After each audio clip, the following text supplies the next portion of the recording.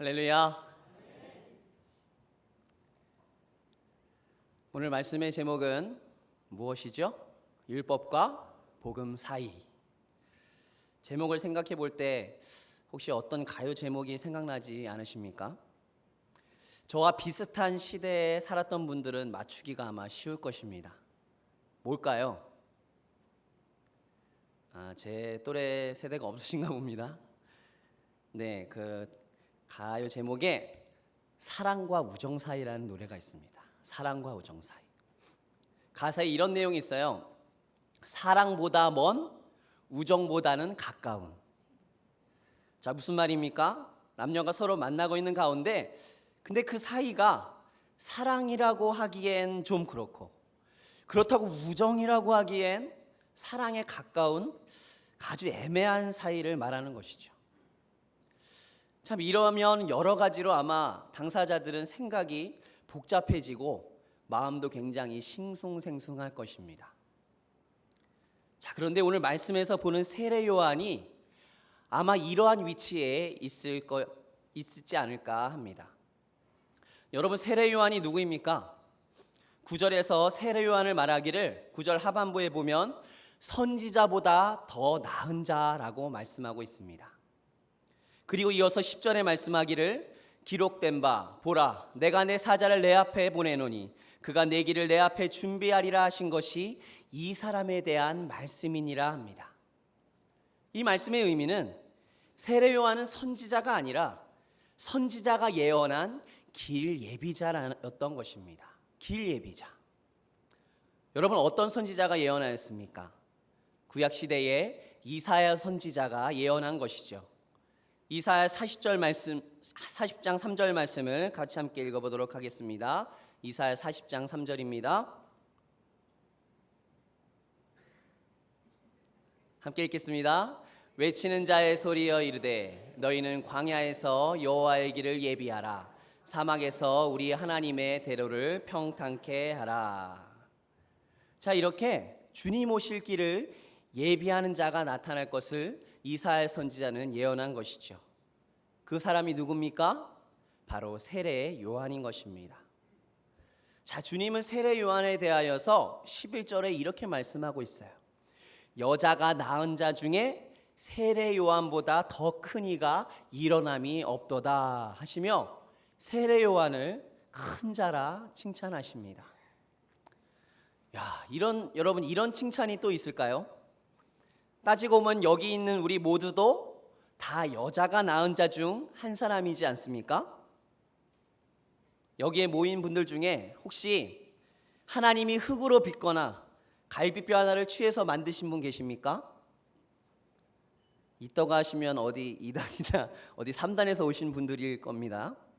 없잖아요, 그죠? 우린 다 여자가 낳은 자 중에 한 사람입니다. 그런데 이 세례 요한이 이 땅 가운데 사는 모든 사람 중에 가장 큰 자라는 것은 정말 대단히 높임을 받은 것과 같습니다. 자, 그런데 주님이 이어서 말씀을 하세요. 그러나 천국에서는 극히 작은 자라도 그보다 크니라 하십니다.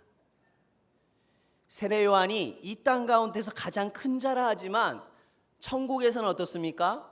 아주 작은 자라도 세례 요한보다 크다고 말씀하고 계시는 것입니다. 왜 요한은 이 땅에서는 가장 큰 자인데 천국에서는 아주 작은 자라도 요한보다 크다고 하시는 걸까요? 세례 요한이 가지는 지위와 위치는 바로 율법 시대와 복음 시대의 분기점을 말씀하는 것이라 할 수 있는 것입니다. 왜 율법 시대와 복음 시대의 분기점이라는 것입니까? 왜냐하면 오늘 본문 13절에 모든 선지자와 율법이 예언한 것은 어디까지다? 요한까지다 라고 말씀하고 있기 때문입니다. 그 경계선을 긋고 있기 때문이에요.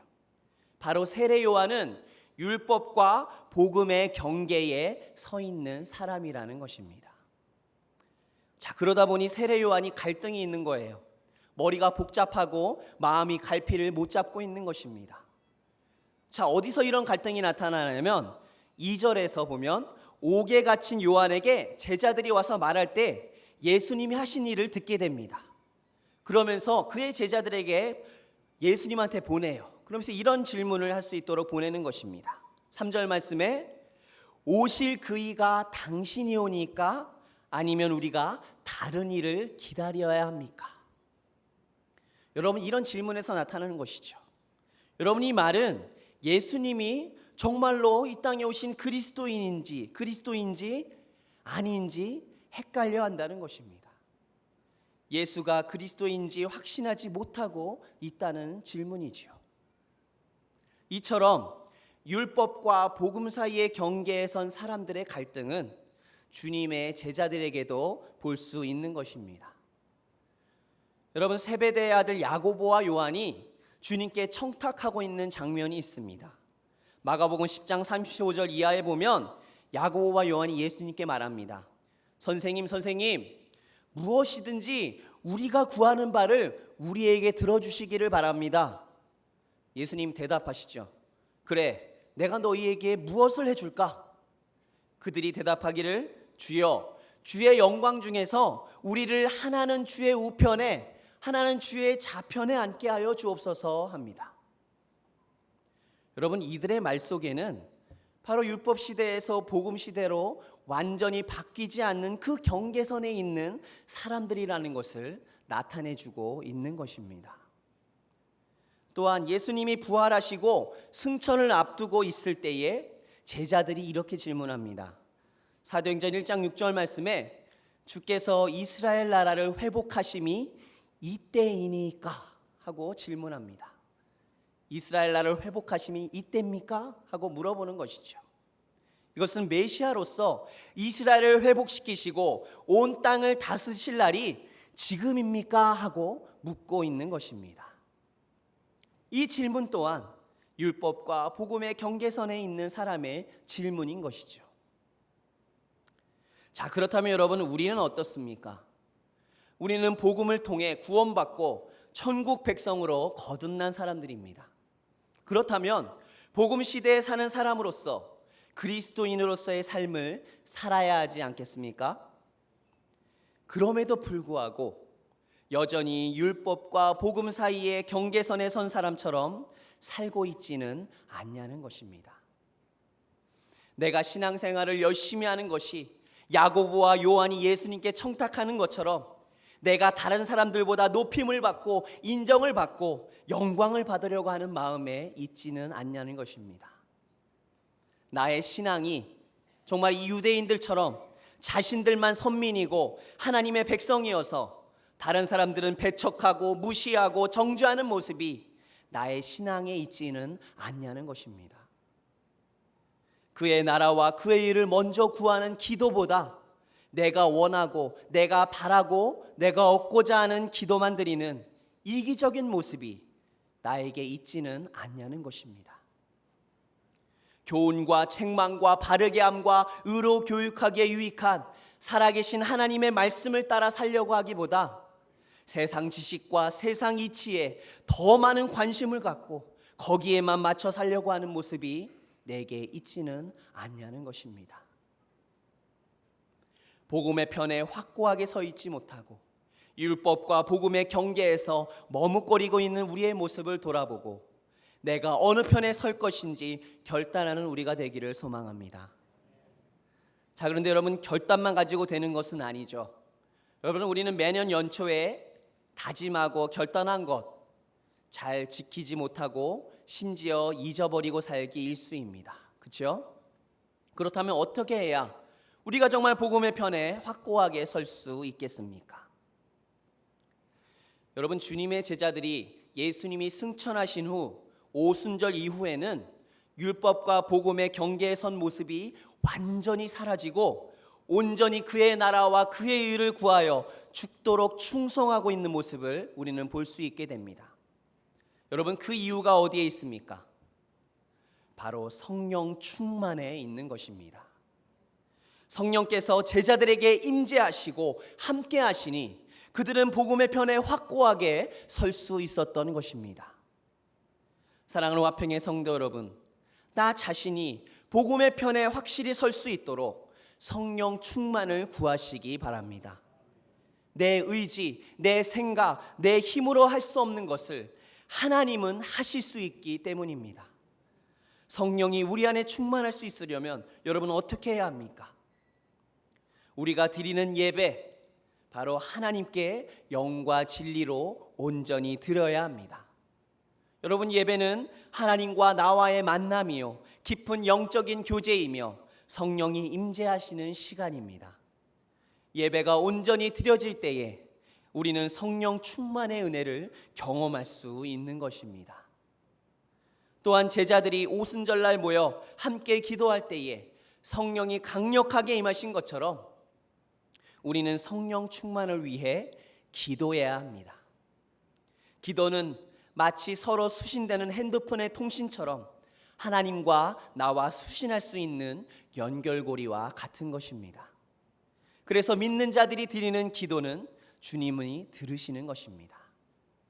우리가 성령 충만을 위해 기도한다면 분명 주님이 들으시고 응답해 주실 것입니다. 빌립보서 4장 6절과 7절은 말씀합니다. 우리 같이 함께 한 목소리 읽겠습니다. 아무것도 염려하지 말고 다만 모든 일에 기도와 간구로 너희 구할 것을 감사함으로 하나님께 아뢰라. 그리하면 모든 지각에 뛰어난 하나님의 평강이 그리스도 예수 안에서 너희 마음과 생각을 지키시리라. 아멘. 자, 오늘 말씀에는 기도와 간구로 구할 것을 구하라 하시면 내가 주겠다 하고 말씀하고 있지 않습니다. 그렇게 주겠다 하고 말씀하셔야 하는데 오늘 빌립보 기자는 마음과 생각을 지켜주신다고 합니다. 여러분, 우리가 구하는 것이 성령 충만이라면 성령께서 우리 가운데 오셔서 복음의 편에 확고히 설 수 있도록 우리의 마음과 생각을 지켜주시지 않겠습니까? 그래서 우리는 기도해야 하는 것입니다. 나에게 어렵고 힘든 문제들이 많을 때, 점점 나아져야 하는데 계속 나아지지 않고 그대로일 때, 이럴 때일수록 우리는 하나님께 기도와 간구로 나아가야 하는 것입니다. 왜요? 기도하지 않으면 우리의 마음과 생각을 지켜주실 주님을 만나지 못하기 때문입니다. 기도하지 않으면 그런 상황 가운데 있어도 마음과 생각을 지켜 이겨내게 하실 주님을 깨닫지 못하기 때문입니다. 그래서 자꾸만 우리는 불평과 불만, 원망의 마음과 생각이 우리 마음 가운데 자리 잡게 되는 것이죠. 왜 하나님은 나에게 시련만 주실까? 하나님 너무하신 거 아닙니까? 하나님이 계시긴 합니까?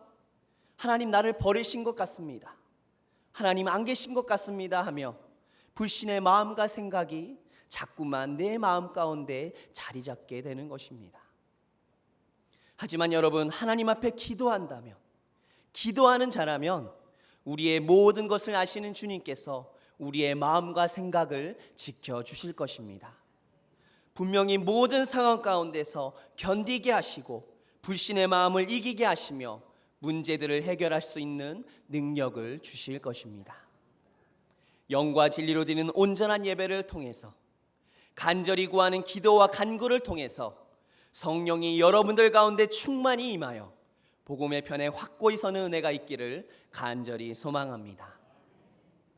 다 함께 16절과 17절 말씀을 함께 읽어보도록 하겠습니다. 16절 17절입니다. 이 세대를 무엇으로 비유할까? 비유하건대 아이들이 장터에 앉아 제 동물을 불러 이르되 우리가 너희를 향하여 피리를 불어도 너희가 춤추지 않고 우리가 슬피 울어도 너희가 가슴을 치지 아니하였다 함과 같도다. 자, 지금 예수님은 당시의 세대를 향하여 비유로 말씀하고 계십니다. 이 비유에는 아이들이 장터에 앉아 어떤 놀이를 하고 있음을 말해줍니다. 어떤 놀이냐 하면 장례식 놀이와 잔치 놀이입니다. 어떤 놀이라고요? 장례식 놀이와 잔치 놀이. 여러분, 잔치 놀이는 피리를 불면서 춤을 추는 흥겨운 놀이였고, 장례식 놀이는 아이고 아이고 하면서 애곡하는 놀이입니다. 유대의 어린이들은 이렇게 논다는 거예요. 저 때만 해도 땅 따먹기, 구슬치기 이런 걸로 놀았는데 유대의 어린이들은 이렇게 논다는 것입니다. 자, 그런데 여러분, 이 비유에는 세례 요한의 사역과 그리스도의 사역을 설명해 주는 아주 중요한 대목입니다. 세례 요한의 사역을 장례식 놀이에 비유하고 그리스도의 사역을 잔칫놀이에 비유하신 것입니다. 여러분, 이 두 놀이는 서로 반대되면서 각자 특징을 가지고 있어요. 여러분, 장례식 하면 어떻습니까? 어떤 분위기가 있습니까? 슬픔과 아픔, 또 애곡, 죽음의 이미지가 떠오릅니다. 그렇다면 여러분, 잔치는 어떻습니까? 잔치는 기쁨과 행복, 또 흥이 있고 생명의 느낌이 납니다. 그러므로 그리스도와 요한의 차이는 가난한 자에게 복음이 전파된다 하라 하신 그 복음과 율법에 예언한 것이 요한까지니 하신 바로 율법의 차이였던 것입니다. 율법은 장례식 놀이에 비유한 것이고 복음은 잔칫놀이에 비유한 것입니다. 자, 그런데 오늘 예수님께서 피리를 불어도 춤을 추지 않고 슬피 울어도 가슴을 치지 아니하였다 하고 말하는 것은 바로 당시의 바리새인들과 그 서기관과 같은 그 교권주의자들이 이 둘 모두 배척했다는 것입니다. 자신의 기득권을 위해 율법과 복음을 모두 무시하고 배척한 것을 주님은 비유를 통해서 책망하고 계시는 것입니다. 사랑하는 화평의 성도 여러분, 자, 그렇다면 우리는 만약 이 두 놀이를 한다면 장례식 놀이와 잔칫놀이 이 둘 중 어느 놀이를 해야겠습니까? 어느 놀이를 해야겠어요? 자, 질문을 듣자마자 성급하게 장례식 놀이 말고 잔칫놀이를 해야 한다고 생각하시는 분들이 있을 줄 압니다. 아니, 그러면 장례식 놀이를 해야 합니까? 아닙니다. 여기서 중요한 건 순서와 절차가 있다는 것이죠. 바로 장례식 놀이를 거쳐서 잔칫놀이로 접어들어야 한다는 것입니다. 여러분, 구약시대의 선지자들을 보면 모두 애곡하고 애통하고 있음을 볼 수 있습니다. 왜 그들은 애곡을 하고 있습니까? 죽었기 때문입니다. 하나님께서 에스겔 선지자에게 그 골짜기 지면에 뼈가 심이 많고 아주 말랐더라 한 것을 보여주신 것이 이것을 나타내고 있는 거예요. 죽음. 예루살렘이 멸망하고 백성들은 포로로 끌려가게 될 것을 선고받았다는 것은 바로 사형 선고를 받은 집안 분위기와 다를 바가 없었던 것입니다. 여러분, 이것을 영적인 시각으로 바라본다면 이 문제는 바로 나 자신의 문제가 되는 것입니다. 어떻게 해요? 바로 율법을 통하여 허물과 죄로 죽은 바로 나 자신을 발견하고는 애통해야만 한다는 것입니다. 율법으로는 죄를 깨달음이라 한 말씀처럼 율법을 통하여 나 자신이 어떤 자인지를 깨닫고 애통해야 한다는 것이죠. 여러분, 그렇다면 허물과 죄로 죽은 나를 살리는 것은 무엇으로 가능한 것입니까? 바로 복음으로만이 가능해지는 것입니다. 예수 그리스도의 십자가의 죽음과 부활을 통해 우리는 다시 거듭날 수 있는 것입니다. 여러분, 이런 일은 실제로 있었습니다. 죽은 지가 나흘이나 되었음에 벌써 냄새가 나나이다 한 바로 이 나사로의 장례집이었습니다. 여러분, 그런데 어떻게 되었습니까? 나사로가 살아난 것입니다. 자, 그렇다면 그 집의 분위기가 어떻게 바뀌었겠습니까? 거기서 예수를 위해 잔치할세 하고 바로 잔치가 벌어진 것이죠. 슬픔과 애통이 있던 장례집에서 기쁨과 은혜가 있는 잔치집으로 바뀌게 된 것입니다. 사랑하는 화평의 성도 여러분, 이제 여기에 대해서 깊이 생각해 봐야 합니다. 장례놀이와 잔칫놀이, 즉 율법과 복음은 둘 다 하나님이 주신 것입니다. 먼저는 죄의 값은 사망이라 하신 장례집의 애통, 즉 회개의 운동이 있어야 하는 것입니다. 오호라, 나는 공고한 사람이로다. 누가 이 사망의 몸에서 나를 건져낼까 하는 그 애곡이 먼저 선행되어야 하는 것입니다. 그때에 수고하고 무거운 짐진 자들아 다 내게로 오라 하시는 그 주님을 만나게 되어 잔치집의 기쁨과 환희로 바뀌게 되는 것입니다. 여러분, 나사로가 죽은 일이 없었다면 어떻게 됐겠습니까? 거기에는 죽음에 대한 애곡도 없을 뿐만 아니라 다시 살아난 잔치도 없다는 사실입니다. 그러니 명심하십시오. 율법을 통하여 애통해 본 자만이 복음의 기쁨을 알 수 있는 것입니다. 그렇다면 여러분, 우리는 어떻게 해야겠습니까? 여전히 율법과 복음 사이에 끼어서 갈등하고 나 자신만 생각하고 살겠습니까? 아니면 철저한 회개와 애통을 통해 복음만이 나를 살리는 길임을 깨닫고 복음의 편에 서겠습니까? 오늘 말씀을 통해 나는 지금 어디에 서 있는지 돌아보시고 우리의 생명이요 기쁨 되시는 주님의 편에 들어가시는 여교명합평의 모든 성도님들 되시길 예수님의 이름으로 간절히 소망합니다. 기도합니다. 아버지 하나님, 감사합니다. 주님, 우리는 주의 복음을 통하여 구원받은 하나님의 자녀입니다. 주님, 우리가 그것을 잊지 않게 하여 주셔서 우리가 여전히 복음과 율법 사이에 끼언 나머지 하나님, 우리가 하나님의 복음의 편에 그 기쁨과 은혜를 완전히 누리지 못하고 살고 있는 우리의 모습을 다시금 발견케 하시고 주님, 오직 애통과 애곡함으로 주님 앞에 나아갈 때에 주님의 그 복음이 나를 살리시고 그 기쁨의 잔치 자리로 우리를 이끄시고 인도하셨음을 우리가 기억하여 복음의 편에 확고히 서서 그리스도인의 삶을 온전히 살아갈 수 있는 우리 모두가 될 수 있도록 인도하여 주시옵소서. 감사드리며 예수 그리스도의 이름으로 기도드립니다.